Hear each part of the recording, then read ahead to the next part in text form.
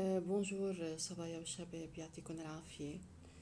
Donc finalement on va pouvoir expliquer la deuxième partie de notre cours. On va parler du devenir du médicament dans l'organisme. هالبارتي كان لازم نبلش فيها أنا قبل بس بتعرفوا شاءت الظروف وتأخرنا لهالوقت. Donc je vais commencer par décrire si vous voulez le chemin ou le trajet du médicament dans notre organisme. Donc, pour commencer, quand on parle d'un médicament, on parle en fait d'une substance ou aux compositions d'origine chimique ou naturelle qui est caractérisée par un mécanisme d'action curatif ou préventif. Donc, je donne maintenant la définition d'un médicament à l'égard des maladies humaines ou animales, ainsi que toute substance ou composition pouvant être administrée à l'homme ou l'animal en vue d'établir un diagnostic médical ou de restaurer, corriger ou modifier leur fonction physiologique. D'accord? Donc cette substance, elle peut être synthétique, d'origine chimique ou alors naturelle. Donc quel est le devenir? Ça veut dire quel est le parcours de ce médicament dans l'organisme après une administration. Donc lors de l'administration, il y a plusieurs voies d'administration, on va en parler plus tard. Donc, quel est le devenir d'une substance qui est administrée, d'accord? Le parcours effectué par cette substance dans l'organisme de son administration, c'est-à-dire de la voie d'administration à sa disparition. Pourquoi? Parce que, comme vous le savez, après toute administration, la molécule, suivant bien sûr la voie d'administration, elle sera métabolisée dans notre organisme. D'accord? Donc, dans ce cas-là, on parle de la pharmacocinétique. Pharmacocinétique, ça veut dire la cinétique ou le parcours, si vous voulez, du médicament ou de cette substance administrée. D'accord? Donc, ce parcours, déjà, comprend 4 étapes clés. La première étape, c'est bien l'absorption ou la résorption, d'accord? L'absorption de ce médicament, la distribution de cette substance pharmacologique, bien sûr, quand vous parlez de la distribution, ça veut dire que cette distribution qui est effectuée par la circulation sanguine. La métabolisation, ça veut dire cette substance pharmacologique, elle est métabolisée, elle est peut-être dégradée, les substances issues de cette dégradation, est-ce que sont toujours utiles, elles seront inutiles? Donc ça, on verra plus tard le devenir d'une substance pharmacologique après sa métabolisation et où se déroule en fait cette étape, d'accord? Au niveau de quel organe? Et puis finalement, l'élimination, ça comprend la dernière étape du médicament, d'accord? Donc, je résume, vous avez l'absorption du médicament, la distribution bien sûr par la circulation sanguine, la métabolisation, il y a des enzymes, d'accord? Qui sont responsables parfois de dégrader ce médicament. Et puis finalement, bien sûr, vous avez à éliminer ce médicament. Donc il y a plusieurs voies d'élimination. Kamel on en parlera plus tard. Alors la question que se pose, que se passe-t-il entre le site d'administration et l'arrivée dans la circulation générale? Tout dépend bien sûr de la voie d'administration. Qu'est-ce que ça veut dire? Il y a plusieurs voies d'administration. Il y a des voies sans effraction et il y a des voies avec effraction. Donc des voies avec effraction qui nécessitent l'administration des médicaments à l'aide d'une seringue, d'accord, par voie veineuse, musculaire, voie sous-cutanée, ou alors il s'agit des voies locales. Locales, c'est au niveau de l'articulation ou au niveau técal. Donc dans ce cas-là, par exemple, surtout au niveau de la moelle, au niveau des méninges. Donc vous savez, l'administration de l'anesthésie, d'accord, au niveau de la colonne vertébrale, d'accord, qui sert à anesthésier, qui sert à, si vous voulez, anesthésier le nerf, hein, qui innerve un muscle déterminé اللي نحنا بدنا نشتغل عليه. اوكي. يعني إبرة البنج بالظهر. Les voies sans effraction, donc là vous parlez des voies entérales, entérales يعني liées à l'appareil digestif, donc la voie péros ou voie orale, la voie sublinguale هل حبة الدواء اللي بتتاخد تحت اللسان، la voie rectale اللي هي التحميلة بتنحط par voie rectale au niveau du rectum. ok. Vous avez la voie pulmonaire, donc هون كنا عم نحكي عن البخاخات يلي بيستعملوها la voie percutanée. Il y a des pommades, des gels, etc., des crèmes dont l'application elle est cutanée, qui sert peut-être à anesthésier une région déterminée. ok. مثلا الجل اللي بيحطوه على النيرة دونك او الباتشات اللي بيحطوها على اللزقات اللي بيحطوها على الجسم. Donc هون كمان ces médicaments ça traverse la peau. Vous avez des voies locales oculaires au niveau des yeux, nasales, vaginales, etc. Donc là, juste pour vous dire, il y a différentes voies. Donc, que se passe-t-il entre les sites d'administration et l'arrivée dans la circulation générale مثل ما قلنا حسب إذا عم نحكي voie sans effraction ou voie avec effraction. يعني في شيء ناطر على هالحبة الدواء اللي نحن عم ناخدها تو ديبون نحن كيف أخدناها كيف أخدنا هالدواء. أوكي. أخدناه على شكل بخاخ، أخدناه على شكل كريم، أخدناه على شكل إبرة فوا فينوز انترافينوز، أخدناه على شكل باتش etc. donc voilà. Alors, donc là, ici, on voit très bien les différentes voies intramusculaires, sous-cutanées, intradermiques dans le derme, sous-cutanée sur la peau, intraveineuse, voilà, et vous avez aussi intra-artérielle. Intra-artérielle هي إجمالا الإبرة اللي بتنشك وقت بكون نحن ديجا أنا شرحت لكم بالإكيليبر أسيدو بازيك وقت بندرس البريسيون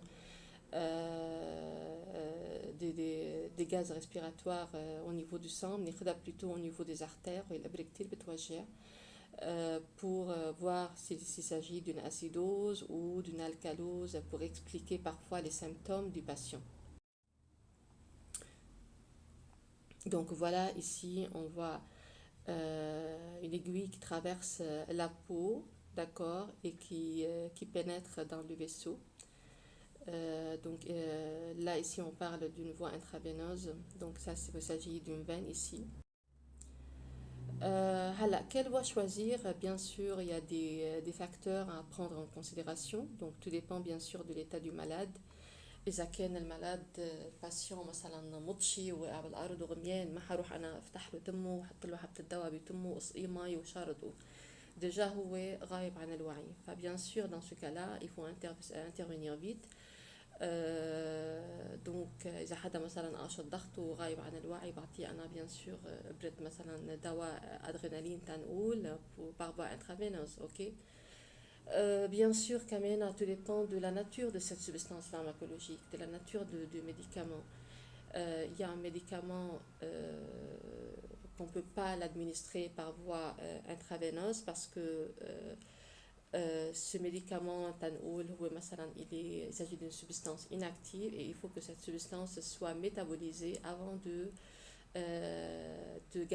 gagner l'organe cible. ok. Pas, ما فيني اعطيها par voie intraveineuse لانه الفوا intraveineuse اجمالا كل الميديكامون اللي نحن عملنا له انجكسيون بنستفيد منه يعني لو ميديكامون il ne sera pas métabolisé. اوكي. هلا بعدين on verra plus tard ليش.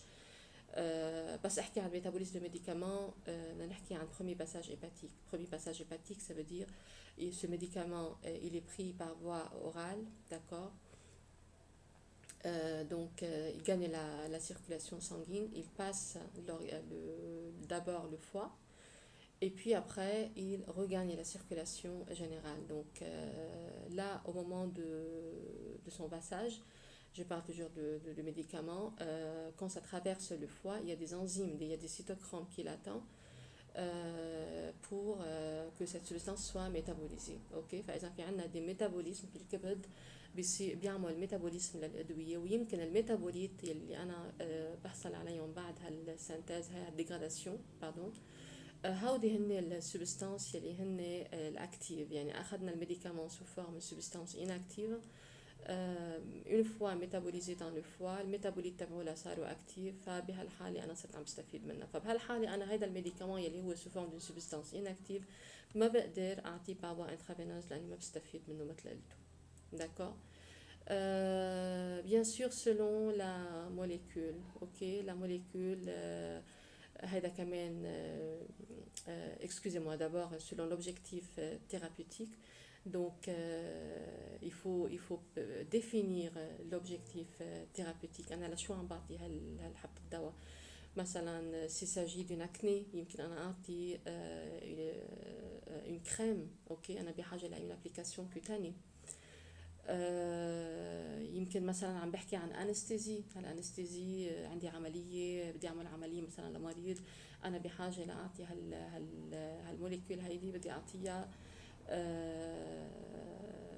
بال فيني اعطيها مثلا بارفوا انترافينوس تنقول، او حسب اذا بدي اعمل مثلا بنج لوكال بعطيها بالظهر للمريض. اوكي دونك تو ديبون مثل ما قلنا شو الاوبجيكتيف اللي انا بدي اياه، سولون لا موليكول كمان الميتابوليزم وين هالموليكول الي ميتابوليزي ا كل نيفو. مثلا ممكن انا جي besoin qu'elle soit métabolisée au niveau de la voie digestive avant qu'elle traverse ou qu'elle gagne la circulation. D'accord.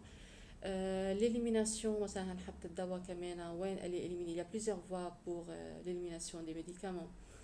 Ok, donc le médicament il peut être métabolisé dans la sueur, il peut être métabolisé كمان excuse-moi, éliminé dans l'urine, d'accord, dans les selles. Donc il y a plusieurs voies d'élimination du médicament. Donc, je vais parler d'abord de la voie orale. C'est la première voie d'administration. Elle est trop pratique, d'accord. Elle est plus pratique. C'est une voie ambulatoire, répétable, mise en œuvre simple. ما بتحتاج لune infirmière عيطلة لحتى تعطيني حبة الدواء. économique, أرخص من الفويات التانيين. Elle est disponible en fait. Les médicaments en voie orale sont disponibles en grande quantité, d'accord. Ça correspond ici aux avantages de la voie orale.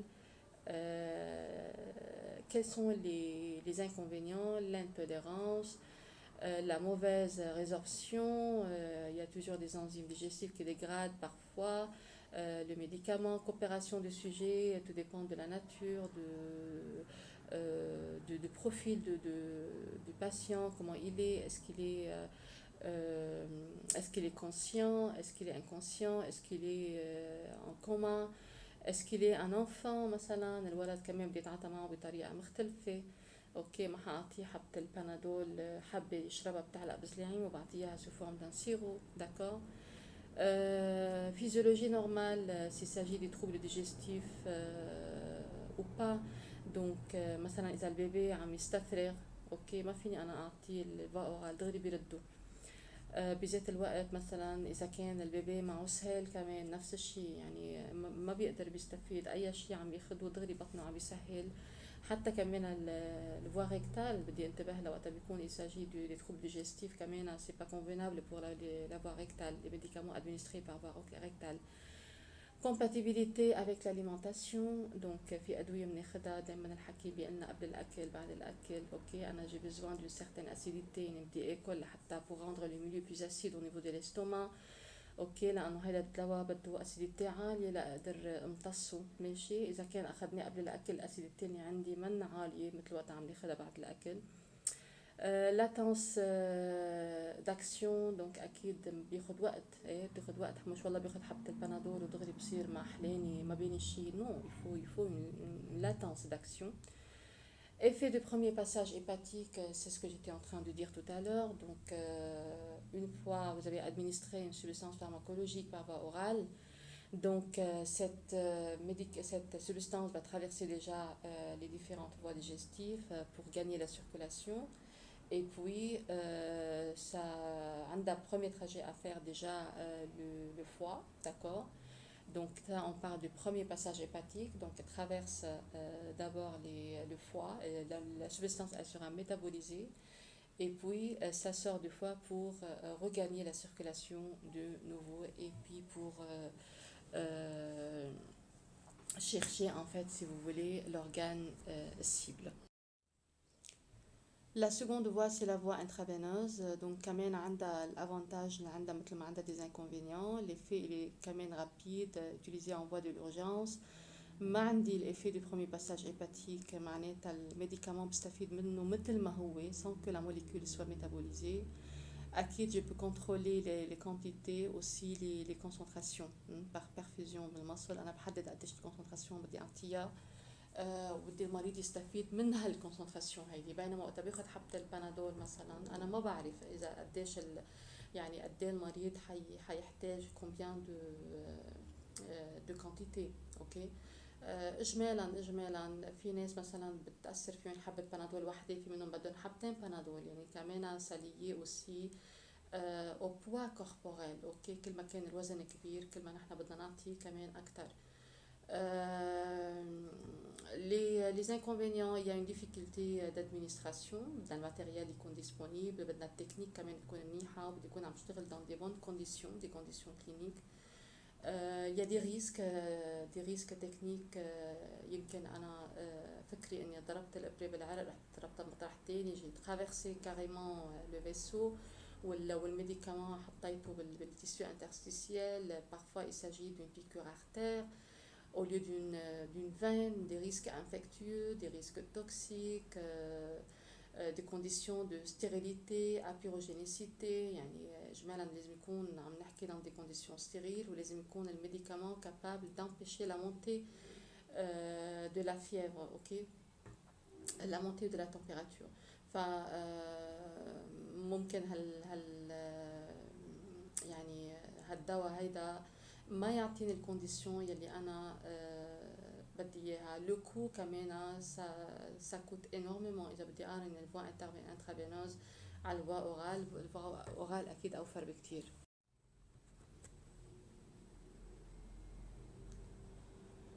Alors ici, dans ce schéma-là, je vous montre un schéma récapitulatif des différentes voies d'administration. Vous avez l'appareil digestif, donc vous avez la voie péros ou voie orale. Ici, il s'agit de la voie rectale. Donc bien sûr là, on voit très bien l'absorption qui se fait au niveau du tube digestif. Enfin, vous avez cette substance qui gagne la circulation par la veine porte, d'accord. Donc la veine porte qui traverse tout d'abord le foie. Ici, il y a des enzymes, des cytochromes qui métabolisent les médicaments. وبعدين une fois طلعت من الفوا بترجع ça rejoint le système cave. Donc la veine cave, les veines caves inférieures, d'accord. Donc regardez بنرجع une fois وصلنا على الفين كاف بقى اكيد بتفوت السام بفوت بقلب الكور ما هيك. ولو كور maintenant qui va pomper le sang dans tout le corps. ok. Donc بس احكي voie intra voie orale pardon او حتى voie un petit peu de la voie rectale. يعني التحميل اللي بناخدها قسم دغري بيفوت بالسيركولاسيون par les veines hémorroïdales inférieures. ou une partie كمان ممكن احصل عليها elle peut gagner la veine porte. d'accord. دونك ممكن تقطع على الفوا من عملها ميتابوليزم، بعدين تكفي على الفان كاف، ومن الفان كاف بنوصل على القلب لحتى يرجع القلب يضخ الدم من اول وجديد بكل الجسم. بس بيكون هون بهالحالة الدواء توصلت على حبة الدواء توصلت على القلب تكون قطعت، عندها تراجيه طويل رح تعمله، تكون قطعت ونعمل لها ميتابوليزم وخلصت. اوكي. هلا كرمال هيك حبة البنادول وقتها بناخدها الكمية اللي بناخدها أكبر بكتير باغ فوا أورال ما ناخدها باغ فوا انترافينوز. باغ فوا انترافينوز بهالحالة هون دغري بنوصل على السيستم على الفان كاف. اوكي. donc بالفين توصل على الكور par la veine cave inférieure أو veine cave supérieure. Ok. نوصل على الكور pour que le sang soit repompé de nouveau. D'accord. Voilà, شوفي عندي قصة كمان عندنا الفوا sous-cutanée, intramusculaire, transdermique, etc. كمان ça gagne directement le système cave. Par inhalation, quand même بهالحالة on ne parle pas de du premier passage hépatique. بس احكي passage hépatique معناتها عم بحكي عن voie orale, d'accord. Ou voie rectale en quelque sorte. Quel est le mécanisme de traversée des membranes? Donc bien sûr il s'agit d'une diffusion passive, il s'agit d'une diffusion facilitée, d'accord. Il s'agit d'un transport actif et il s'agit aussi de pinocytose, d'accord. Donc il y a plusieurs mécanismes de traversée du médicament lors de son passage. Quels sont maintenant les facteurs influençant l'absorption intestinale? Par exemple, on parle de la dissolution galénique. Donc, في كتير أدوية نحن بناخدها sous forme d'une capsule, d'une gélule, etc., d'un comprimé. Donc, cette dissolution se fait plus ou moins rapidement selon l'hydrosolubilité de ce médicament. Ok. فكتير أدوية نحن ما بنقدر ناخدها، نحن بنحطها بقلب كبسولة نقدر نشربها. اوكي. ففي عنا une forme galénique لهالأدوية. غير هيك l'ionisation كمان c'est un facteur très important. إجمالا les médicaments le plus souvent هن بيكونوا des bases faibles et rarement des acides faibles. والميديكامون هودي existe donc sous deux formes أو بيكونوا sous forme ionisée أو sous forme non ionisée. وضروري نعرف انه الفورم ايونيزي اجمالا سي لا فورم كي فرانشي فاسيلمون لي ممبران لان هي بتكون اون فورم lipophile, donc ça traverse par diffusion passive la membrane plasmique. Donc les médicaments acides faibles comme l'aspirine théoriquement plus facilement absorbé à partir d'un milieu acide. Le milieu acide بيكون موجود بالاستوماc. Ok. Si un médicament est acide ou basique, la plus grande quantité de l'absorption بتصير إجمالا dans l'intestin grêle car la surface déjà est plus importante et les membranes sont plus perméables. Ok. فإذا حتى الامتصاص هالدواء كمان dépend aussi du pH. في أدوية احنا ما بنقدر نمتصها إلا إذا كان ال pH acide. احنا بحاجة ل pH acide. Ok.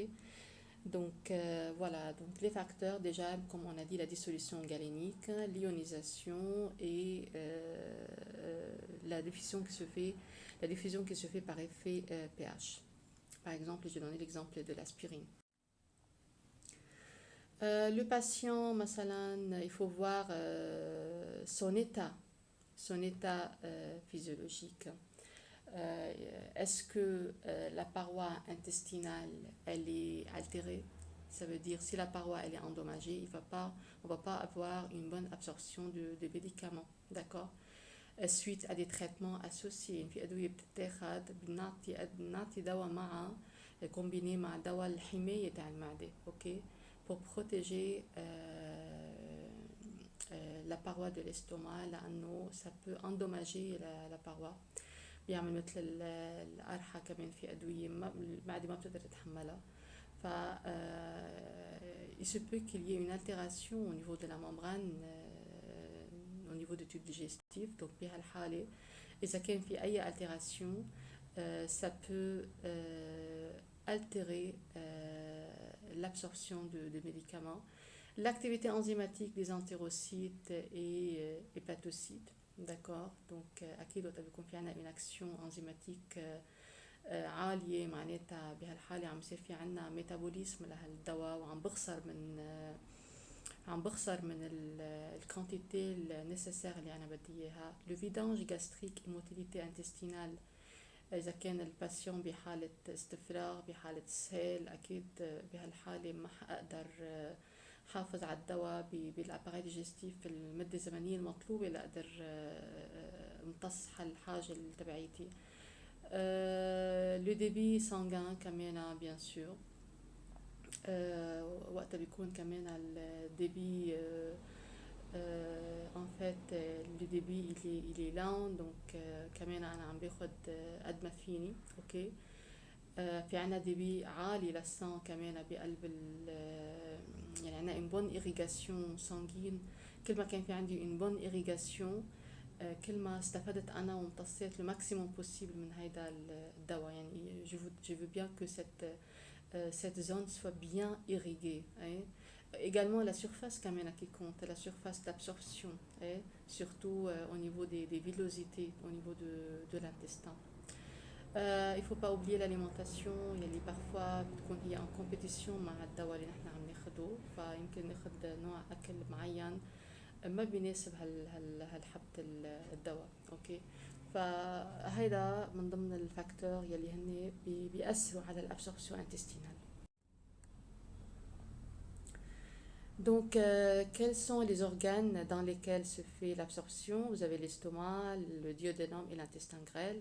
Les caractéristiques physiologiques, déjà au niveau de l'estomac, on a une membrane épaisse. Si vous comparez l'estomac avec l'intestin grêle, donc la surface d'absorption elle est petite par rapport à celle observée dans l'intestin grêle. Dans des conditions normales, le vidange gastrique est rapide et le rôle de l'estomac dans l'absorption de médicaments est modeste. Okay. مشان هيك بنستفيد أكثر من الابsorption au niveau de l'intestin. كمان aussi au niveau du duodénum où la surface d'échange aussi elle est très importante par rapport à celle dans l'estomac. بس أكيد طبعا بس أحكي عن surface d'échange هي أكثر شيء موجودة بالintestin grêle. Okay. Donc la présence de la bile qui favorise aussi la dissolution de certains médicaments أنا بحاجة لهم.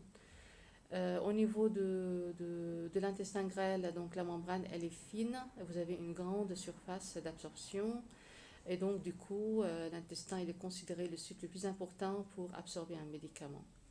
Voilà, donc pour parler de la vascularisation, c'est faible au niveau de l'estomac, elle est importante au niveau du duodénum, mais elle est beaucoup plus importante au niveau de l'intestin grêle. Et si vous parlez du débit, il est 1 litre par minute. Pour les niveaux de perturbation, par exemple, si on parle des sécrétions digestives, exemple l'HCl, l'acide chlorhydrique, le facteur intrinsèque. C'est un facteur intrinsèque qui est sécrété par l'estomac. Alors, l'absence de ce facteur-là peut contribuer à une diminution de l'absorption de la vitamine B12. Donc, ce facteur-là a cet acide chlorhydrique où est synthétisé par les cellules de l'estomac. Et dès la libération de ce facteur intrinsèque, il se lie à la vitamine B12 qui est contenue dans les aliments et la protège durant son parcours jusqu'à l'absorption au niveau de l'intestin, d'accord, la partie terminale de l'intestin. Donc, بس يكون في عنا une absence au niveau de facteur, de la sécrétion de ce facteur. Donc, dans ce cas-là, أكيد حيصير في عنا comme conséquence une diminution. Si on parle de l'absence de secteur biliaire, de sécrétion biliaire, donc ça peut engendrer quand même la diminution de l'absorption de la vitamine K. Parce que c'est lié, sa présence elle est liée à la bonne absorption de cette vitamine. Voilà. Concernant la perturbation au niveau des muqueuses intestinales, par exemple s'il s'agit d'une dégénérescence au niveau des villosités, il va y avoir une certaine diminution de l'absorption. L'absorption elle est importante dans l'intestin, c'est parce que c'est lié à la grande surface d'échange, elle est liée à la présence de ces villosités. Et les villosités sont dégénérées, donc du coup ça va carrément altérer cette absorption. Il ne faut pas oublier évidemment le transit intestinal, donc la diminution du temps du contact du médicament avec la muqueuse intestinale qui est liée à la diarrhée ou à la motilité intestinale, qui est de motilité suite à une diarrhée, bien sûr. آه، donc dans ce cas-là وقت بقول diarrhée يعني موتيليتي عالية. موتيليتي عالية نحن ما عم نعطي وقت كافي لأنه الجرو انتستين يعمل une bonne absorption للمي. Ok, donc le muscle lisse se contracte tout le temps, donc ça peut contribuer à un transit rapide comment dirais-je, de ces aliments digérés, d'accord. Et donc du coup, bien sûr, comme le transit il est rapide, il va y avoir une diminution de l'absorption de tous les médicaments. Quels sont les paramètres résumant l'absorption? C'est bien la biodisponibilité. C'est quoi la biodisponibilité? يعني la disponibilité de la partie active du médicament, d'accord? Donc c'est la fraction de la dose du principe administré qui parvient sous forme inchangée dans la circulation générale. بس احكي عن administration par voie orale معناتها صار في عندنا métabolisme d'une bonne partie معناتها مش كل الكونتيتي administrée هي disponible dans la circulation générale. القسم في قسم منها راح نعمل له dégradation وقسم elle a gagné la circulation générale, une partie. Alors بس احكي عن une administration par voie intraveineuse, donc il ne s'agit pas du premier passage hépatique معناتها cette fraction elle est 100%, d'accord, donc cette biodisponibilité elle est 100%.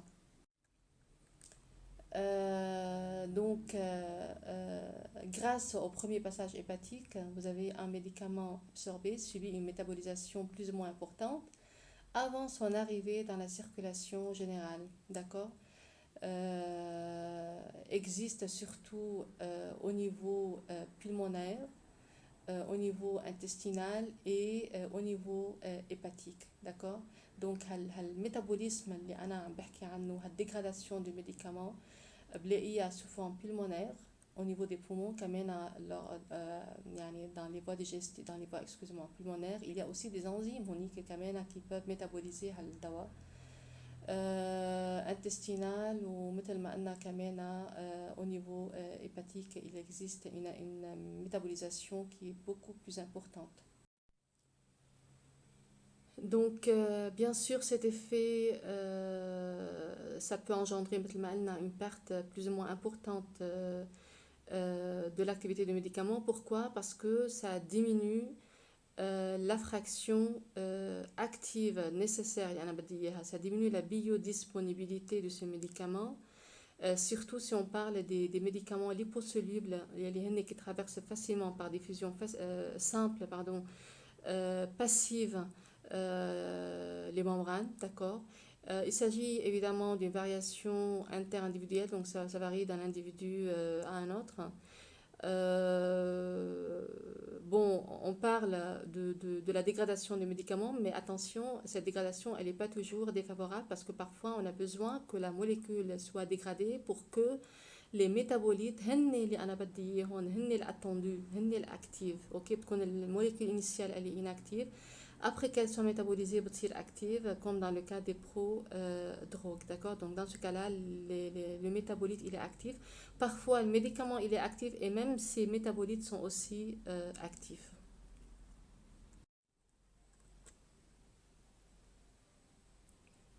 Donc ici, dans ce schéma-là, vous voyez quoi? Vous voyez la biodisponibilité de la substance administrée, d'accord, dans la circulation sanguine. Donc vous avez un médicament qui est éliminé par voie biliaire, donc déjà il est administré par voie digestive, par voie orale.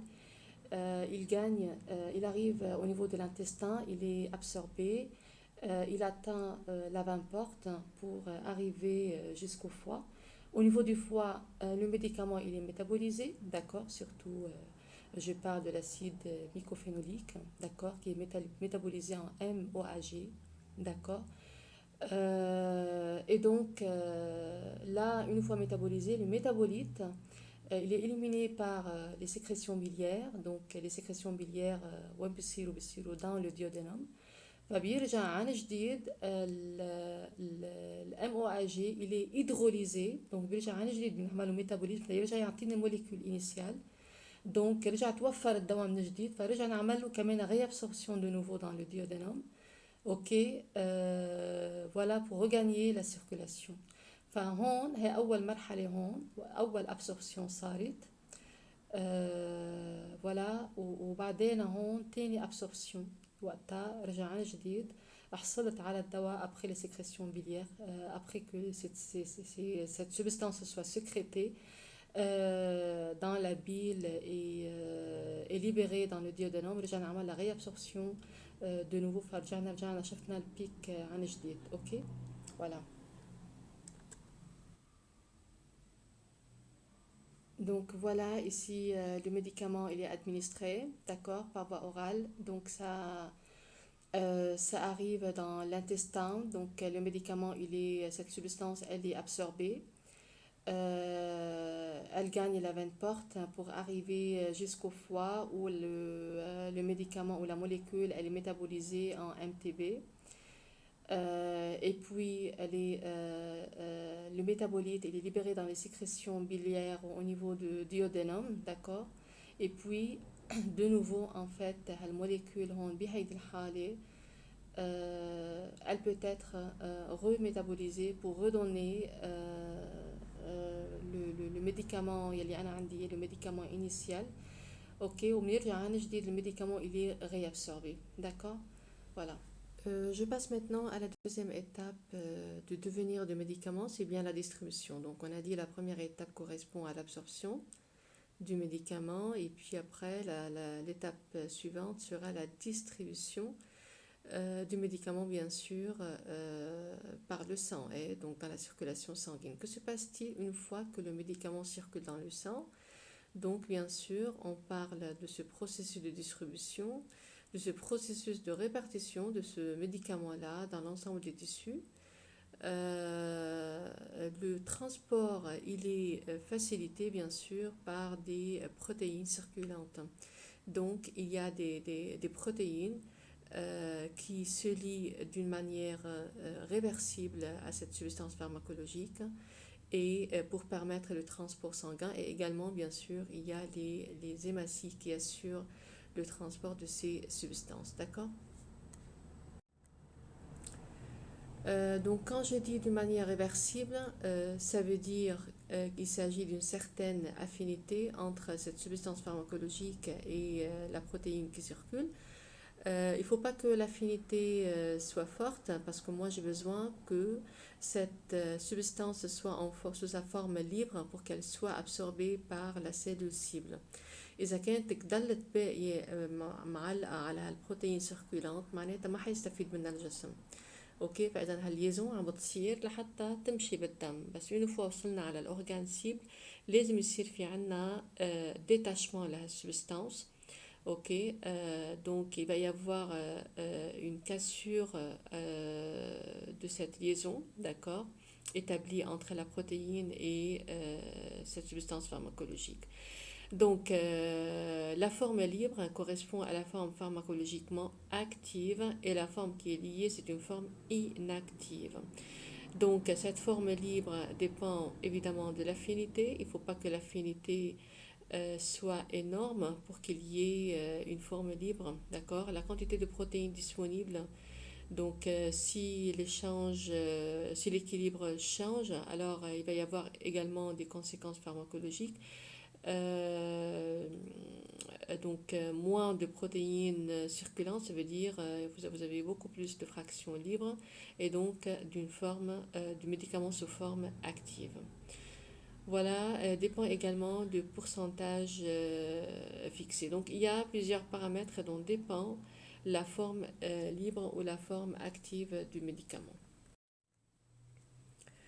Donc pour faire la comparaison entre ces deux formes-là, il y a ce tableau. La forme libre, c'est une forme non saturable. Alors la forme liée, elle est saturable, elle est liée aux protéines. La forme libre, elle est active en comparaison à la forme liée qui est inactive et la cellule n'en bénéficie pas. La forme libre, elle est toujours en équilibre permanent avec la forme liée, également pour la forme liée en équilibre avec la fraction libre. La forme libre, elle est diffusible. Par contre, la forme liée, non. Elle est non diffusible parce qu'elle est liée aux protéines, ce qui empêche leur diffusion. La forme libre, elle est métabolisable et éliminée. Par contre, la forme liée, non. Donc, qu'est-ce que c'est le volume de distribution? C'est le volume nécessaire pour que la concentration du médicament soit partout dans l'organisme équivalente à la concentration plasmatique. Donc, on a la quantité de médicaments administrés sur la concentration plasmatique et ça correspond à ce volume de distribution.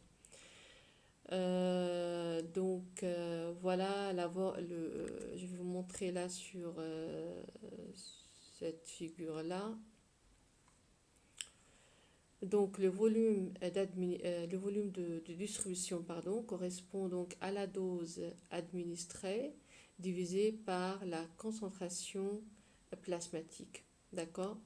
Donc s'il s'agit d'une forte fixation tissulaire, donc ça veut dire il y a une faible concentration plasmatique, là, la quantité elle est fixée par le tissu, donc أكيد بدها تنقص la quantité plasmatique. Et s'il s'agit d'une faible fixation tissulaire, يعني التيسيو ما عم بيسحب الميديكامون معناتها حتبقى الكونسنتراسيون énorme Donc dans le là, sang. il y a un exemple de maladie de Parkinson et le traitement par le levodopa qui passe à la barrière hémato-encéphalique.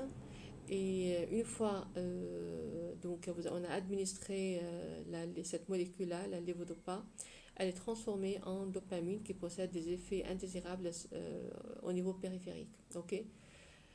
Donc نحن اجمالا بنعطي الدوبا ما بنعطي الدوبامين لانه الدوبامين c'est une grosse molécule qui traverse pas la barrière hémato-encéphalique comme j'ai expliqué au début de l'année. بنعطي الليفودوبا بس ça n'empêche pas que cette molécule soit métabolisée au niveau périphérique بتعطينا الدوبامين اللي عنده l'effet secondaire. Et donc, on co-administre avec cette molécule un inhibiteur de la dopa décarboxylase.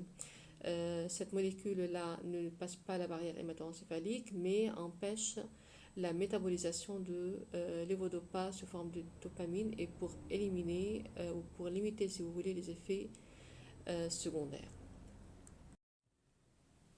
Donc maintenant, est-ce qu'une molécule administrée peut gagner la circulation fœtale dans le cas d'une femme enceinte? Oui, la réponse c'est oui. Parce que la molécule ou la substance pharmacologique, elle peut facilement traverser la barrière materno-fœtale par diffusion passive. Il s'agit d'un endothélium qui est mince. Donc, dans les cas pathologiques chez le fœtus, on peut traiter le fœtus, mais comment? En traitant la mère. Donc, on traite la mère pour traiter l'enfant parce qu'on est sûr que la substance peut traverser la barrière maternelle-fœtale.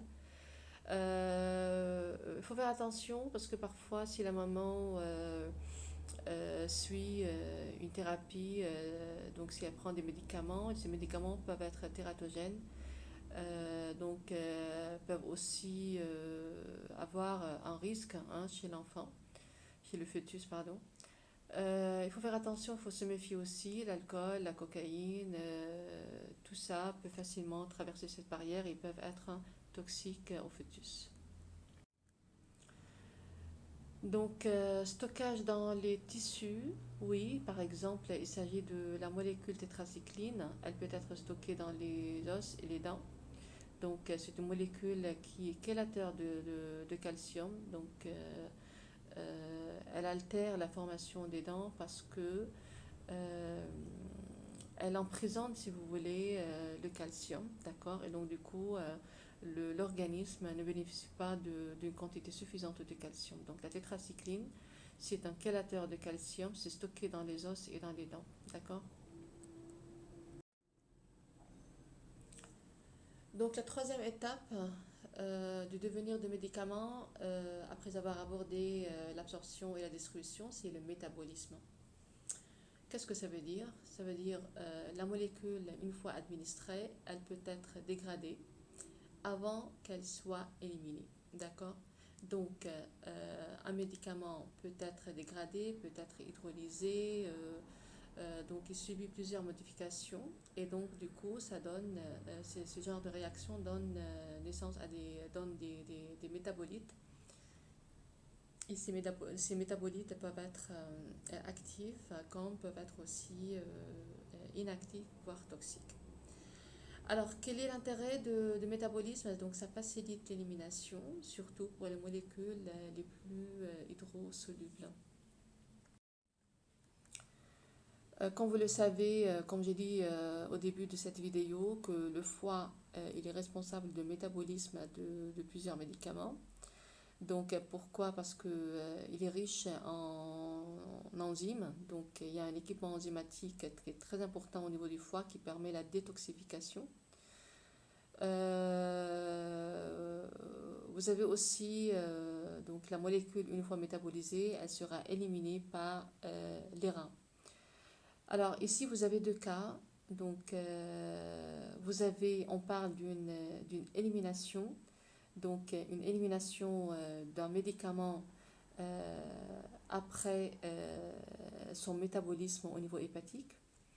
Et là, on parle d'une élimination rénale d'un médicament, mais il ne s'agit pas dans ce cas-là d'un métabolisme hépatique, d'accord? Il ne s'agit pas d'un premier passage hépatique. Donc regardez, on a besoin de 5 à 7 jours pour que cette molécule soit éliminée si elle est métabolisée par le foie. Alors que ici, comme la molécule n'est pas métabolisée, donc là, le temps de l'élimination, il est beaucoup plus long.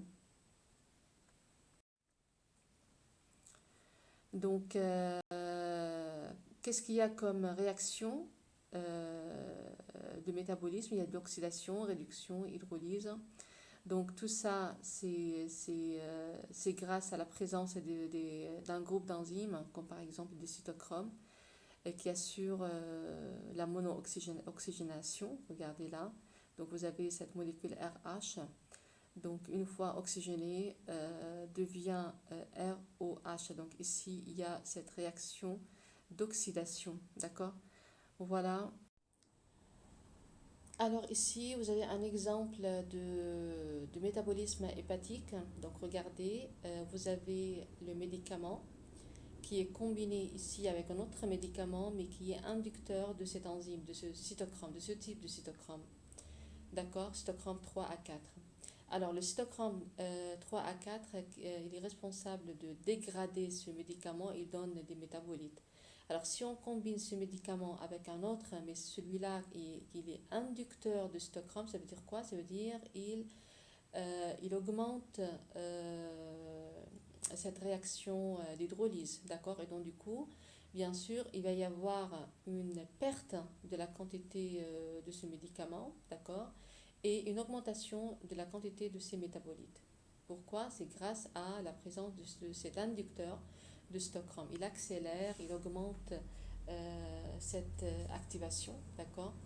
Il active ce cytochrome donc, qui dégrade de plus en plus ce médicament. Donc, dans le second cas, vous avez un substrat qui est compétiteur où il est inhibiteur, c'est-à-dire on combine le médicament avec un autre mais qui est inhibiteur de cytochrome. Donc du coup là, on empêche l'action de ce cytochrome et donc le métabolite, la quantité de métabolite, elle est faible. D'accord? Donc le médicament reste en grande quantité et c'est grâce à l'administration de cet inhibiteur de ce même cytochrome. Donc là, vous avez une diminution de ce métabolite. يعني نحن إذا بدنا نوصف دواء وبدنا نحاول قد ما فينا نحافظ على الافيكاسيتي لهذا الدواء ممكن كتير نحن بنعرف ان الدواء اللي ميتابوليزي بار هيدا الجور d'enzyme وفي دواء مثلا il empêche l'action او l'activité de cet enzyme فممكن نوصف هذا الدواء معه دواء تاني لحتى يمنع الديغراداسيون للدواء au niveau hépatique.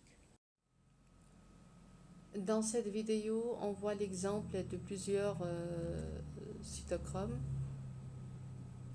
Alors ici, vous avez le cytochrome 2D6 qui métabolise tous ces médicaments-là. Le cytochrome 3A4 qui est responsable de métabolisme de ces médicaments, etc. أكيد ما هطلب منكم تحفظوا لي أسماء السيتوكروم ولا أسماء الميدicaments, je m'en fous carrément. Donc, cette diapo juste pour vous montrer qu'il y a différents types de cytochrome et chaque type, il a son médicament sur lequel, son propre médicament ou sa propre substance sur laquelle il agit. Donc, ici, qu'est-ce que vous avez? Toujours, vous avez ces cytochromes, d'accord? Vous avez ces substances pharmacologiques ici. Avec ces substances pharmacologiques, on peut prescrire soit un inhibiteur de ce cytochrome, soit un inducteur de ce cytochrome. D'accord? Donc, tout dépend des métabolites attendus. Si les métabolites sont inactifs, donc on a intérêt à prescrire des inhibiteurs. Et si les métabolites sont actifs, donc on a intérêt à prescrire avec ce médicament-là un inducteur de cette enzyme. D'accord? Voilà, أكيد ما حاطلب منكم تحفظوا لي الأسماء. Dans cette diapo, qu'est-ce que vous avez? Regardez, vous avez le médicament, cette courbe-là représente la concentration plasmatique de tipranavir seul, ok? Et puis là, vous avez quoi? Vous avez la concentration plasmatique, d'accord, de tipranavir qui est combinée avec le ritonavir. Qu'est-ce que vous remarquez? Vous remarquez que quand le tipranavir il est combiné avec le ritonavir, sa concentration plasmatique elle est beaucoup plus importante. شوفوا البيك قديش فرق وقت بيكون بنعمل بنوصفه مع دواء تاني. شو معناتها هيدا الشيء؟ معناتها وقت بيكون عندي التيبرانافير لحاله كان في عنا bien sûr métabolisme كان في عنا un premier passage hépatique donc كان في عنا cytochrome au niveau hépatique وهو عمل dégradation لهالموليكول. هلا وقت وصفنا التيبرانافير مع الريتونافير شو معناتها برأيكم شو كان دوره الريتونافير؟ دور الريتونافير انه هو الى امبيشي لاكتيفيتي دو سيتوكروم السيتوكروم يلي هو بيشتغل على هذا الدواء وهو هون اللي منشوني ايسي سي لو سيتوكروم 3 à 4 وبيعمل ديغراداسيون. Donc le ritonavir il a empêché l'activité du cytochrome et donc du coup ça a empêché si vous voulez la dégradation ou le métabolisme de cette molécule وبقيت الdisponibilité للتيبرانافير أكتر. Ok, أهم يعني plus importante dans le sang. D'accord? Pourquoi? Parce que la molécule n'a pas été dégradée par le cytochrome grâce à l'administration ou à la co-administration de ritonavir. شو بفهم كمان donc من هالجراف من هالكورب بفهم إنه الادمنستراسيون للدواء كانت par voie orale. Ok? Si je passe ici à cette diapo, donc vous avez deux figures A et B.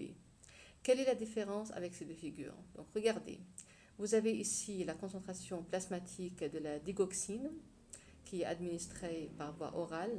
En blanc ici, elle est seule. Ou كانت administrée ou co-administrée avec la rifampicine. Qu'est-ce qu'il y a eu? Donc, il y a eu une baisse de la disponibilité de la digoxine au niveau plasmatique. شو معناتها هذا الكلام؟ معناتها الريفامبيسين il a induit, d'accord, l'activité du cytochrome يلي هو بيعمل dégradation de cette molécule, le digoxine, d'accord. معناتها الريفامبيسين هو inducteur de l'activité du cytochrome propre à la dégradation de cette molécule. فشو صار وقت حطينا الريفامبيسين خفت الديسبونيبيليتي دو الديكوكسين لانه صار في عنا ديغراداسيون وميتابوليت وشكلهم هالميتابوليت هن inactif. D'accord? Voilà. Et donc معناتها هون كان في عندي toujours un premier passage hépatique. هلا وقت بتطلع هون من دون ما اخبركم على فكره إذا كان في عندي administration par voie intraveineuse ولا oral من الجراف بقدر بعرف وقت كانت سول كيف كانت الكو وقت حطيتها مع الريفامبيسين ما تغيرت. شو معناتها؟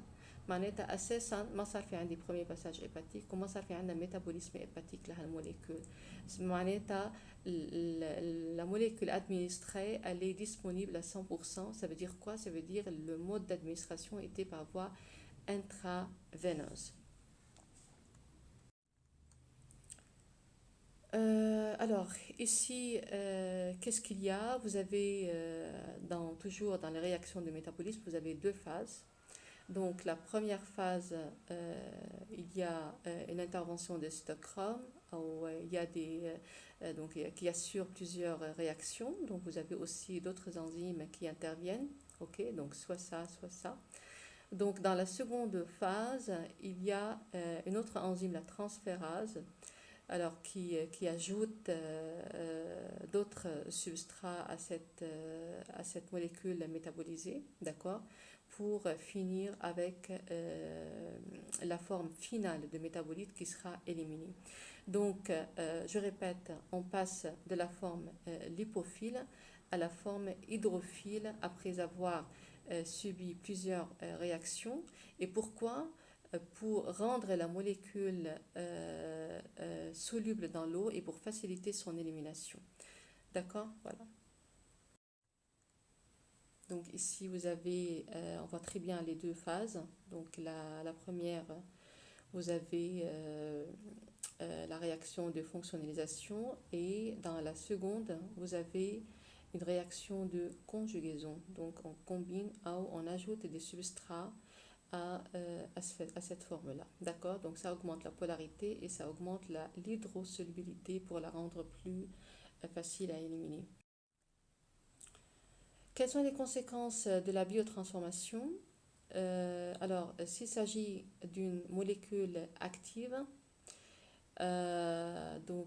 parfois vous avez la métabolisation, elle rend cette molécule inactive, comme dans le cas de paracétamol. Paracétamol, c'est une molécule active, son métabolite, il est inactif. Si on prend un autre médicament, comme par exemple le cyclophosphamide ou benzodiazépine, donc dans ce cas-là, que ce soit la molécule originale, elle est active, ou son métabolite, c'est toujours actif. L'évodopa, la molécule, elle est inactive, on a besoin qu'elle soit transformée en dopamine, d'accord, pour qu'elle soit active. Donc dans ce cas-là, la molécule, elle est, d'origine, elle est non fonctionnelle, il faut absolument qu'elle soit métabolisée. Autre médicament, isoniazide, donc ce médicament il est actif et son métabolite pas seulement inactif mais il est toxique. Finalement, on arrive à la dernière étape, c'est l'élimination. Donc il s'agit de plusieurs voies d'élimination. On parle ici de l'élimination rénale. Donc cette étape, c'est une étape clé du devenir d'un médicament dans l'organisme. S'il n'y a pas d'élimination, s'il y a une déficience au niveau de l'élimination, ça veut dire qu'il va y avoir une accumulation de ce médicament dans le corps et donc du coup ça peut être toxique. Donc on a absolument besoin que la molécule soit éliminée. D'accord? Donc l'élimination rénale, c'est la principale voie d'élimination des médicaments. Donc le médicament il est éliminé dans l'urine, soit sous forme inchangée. إذا عم نحكي عن molécule administrée par voie rénale par voie intraveineuse معناتها كانت inchangée la molécule maintenant métabolisée soit sous forme de métabolite après son métabolisme, d'accord, voilà.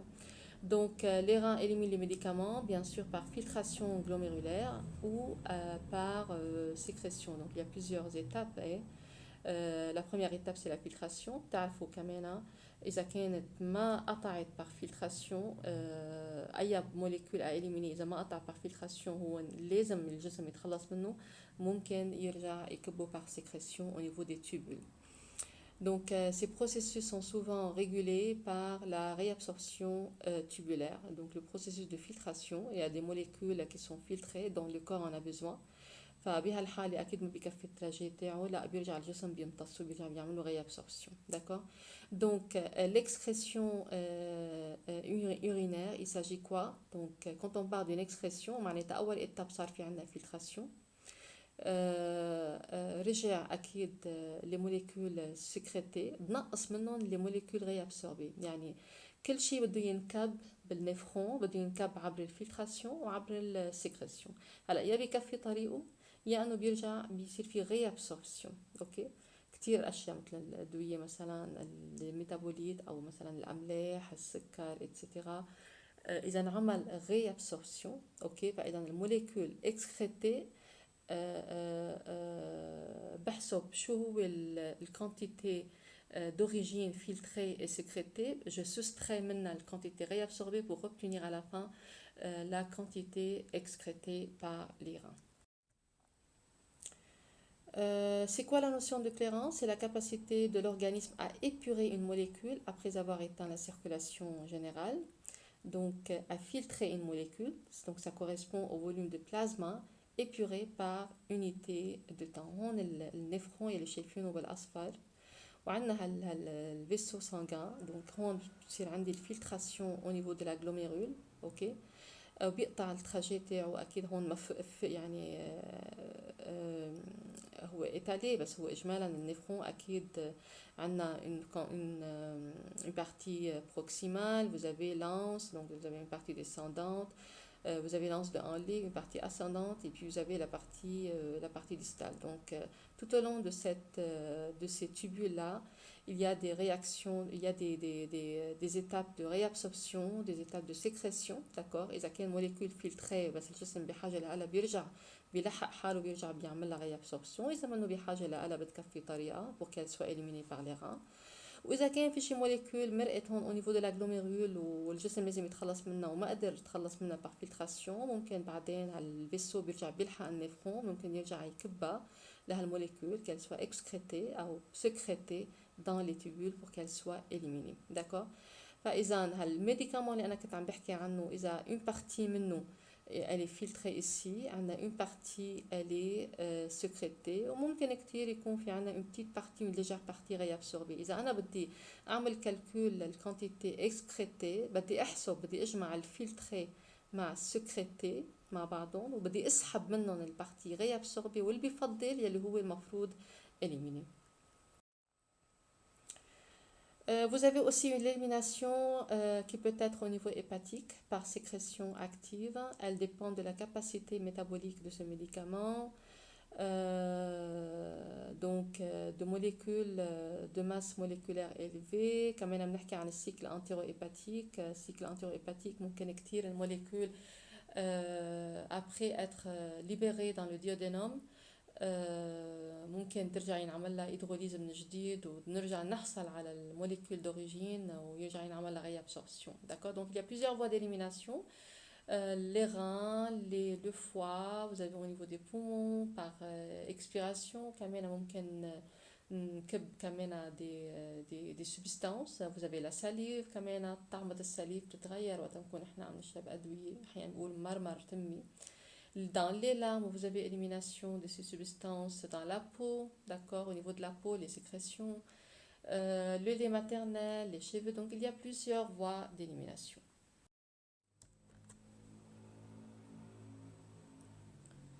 Alors pour calculer la clairance d'un médicament, pour tester si vous voulez l'activité des reins, ok, on calcule la clairance d'un médicament pour voir si les reins fonctionnent correctement. Donc on réalise ce test-là, on utilise ce médicament, surtout le pH, l'acide para-amino-épurique. Donc ce médicament, il est facilement filtré au niveau de la glomérule, d'accord. Ce médicament, il n'est pas du tout réabsorbé, donc attention. Et il est entièrement sécrété. يعني كل الدواء اللي أخذه المريض كلياته حينعمل له élimination. ok, ما حينعمل réabsorption لشيء أبدا. Comment calculer la clairance donc de ce médicament? Il faut déjà calculer la concentration dans l'urine urinaire de ce médicament, ok, et également la concentration plasmatique et le multiplier par le volume de l'urine, ok. Voilà, donc on calcule de cette manière. Retenez cette équation, elle est très importante. ممكن كتير أسألكم سؤال جيب لكم un bilan واطلب منكم تعملوا لي calcul à l'éclairance d'un médicament. ممكن جيب لكم سؤال مثل هيدا. Calculer la clairance de la créatinine et le débit de filtration glomérulaire d'un adulte à partir des mesures suivantes. Partie qu'on a une concentration plasmatique, la créatinine, اللي هي الكرياتينينيمي. et la concentration urinaire au niveau de l'urine. Et puis, vous avez aussi le volume urinaire sur 24 heures. D'accord? Donc, bien sûr, dans l'équation, il faut que le volume soit recueilli sur 24 heures. Et puis, je vous demande de calculer la clairance. Bien sûr, il faut respecter l'équation pour sortir avec la réponse. Donc, le débit de filtration glomérulaire correspond à la concentration urinaire multipliée par le volume, d'accord, le volume urinaire sur 24 heures et divisé par la concentration plasmatique. Respectez les unités, d'accord? Voilà. Il y a une autre formule pour calculer la clairance. Dans ce cas-là, il s'agit d'un prélèvement sanguin. Donc, il y a une formule à suivre, c'est la formule de Crocroft. Dans ce cas-là, bien sûr, regardez, il y a une constante. La constante K qui varie selon le sexe, 1,23 chez l'homme et 1,04 chez la femme. Donc pour calculer la clairance, si vous avez K multiplié par le poids, et vous avez ici la différence 104 moins, vous faites la soustraction, 140 pardon, moins l'âge du patient, et puis vous divisez le total par la concentration plasmatique de la molécule, ok, de la créatinine.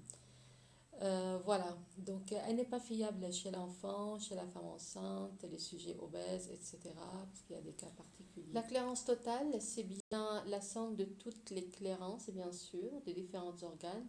Ça veut dire, vous avez la clairance rénale et la clairance non rénale. Non rénale, je mets la hépatique, parce qu'il y a d'autres clairances, parce qu'elles sont légères. Enfin, c'est plutôt la clairance hépatique qui compte, d'accord? Alors, إذا عم بحكي عن médicaments administrés par voie intraveineuse, معناتها il faut donc comment calculer cette clairance. Il faut savoir la dose de ce médicament qui est administré par voie intraveineuse et de diviser par l'air sous la courbe de ce médicament. Donc, quand vous avez le tracé, la courbe, l'air qui est sous la courbe, ça va vous servir pour calculer la clairance de ce médicament administré par voie intraveineuse. Si le médicament il est administré par voie orale, alors si vous avez besoin de la biodisponibilité du facteur F multiplié par la dose du médicament administré oralement et divisé par l'air sous la courbe. Voilà, c'est tout pour cette partie. Je vous remercie tout le monde pour votre attention. Il nous reste encore un tout petit chapitre que je vous l'enverrai, Inch'Allah, plus tard, dans les 2 jours à venir. Ok? درسوا منيح, préparez vos questions. و يعني إن شاء الله تحبوا هذه البارتي حلوة ومهضومة ومنا صعبة أبدا. أوكي.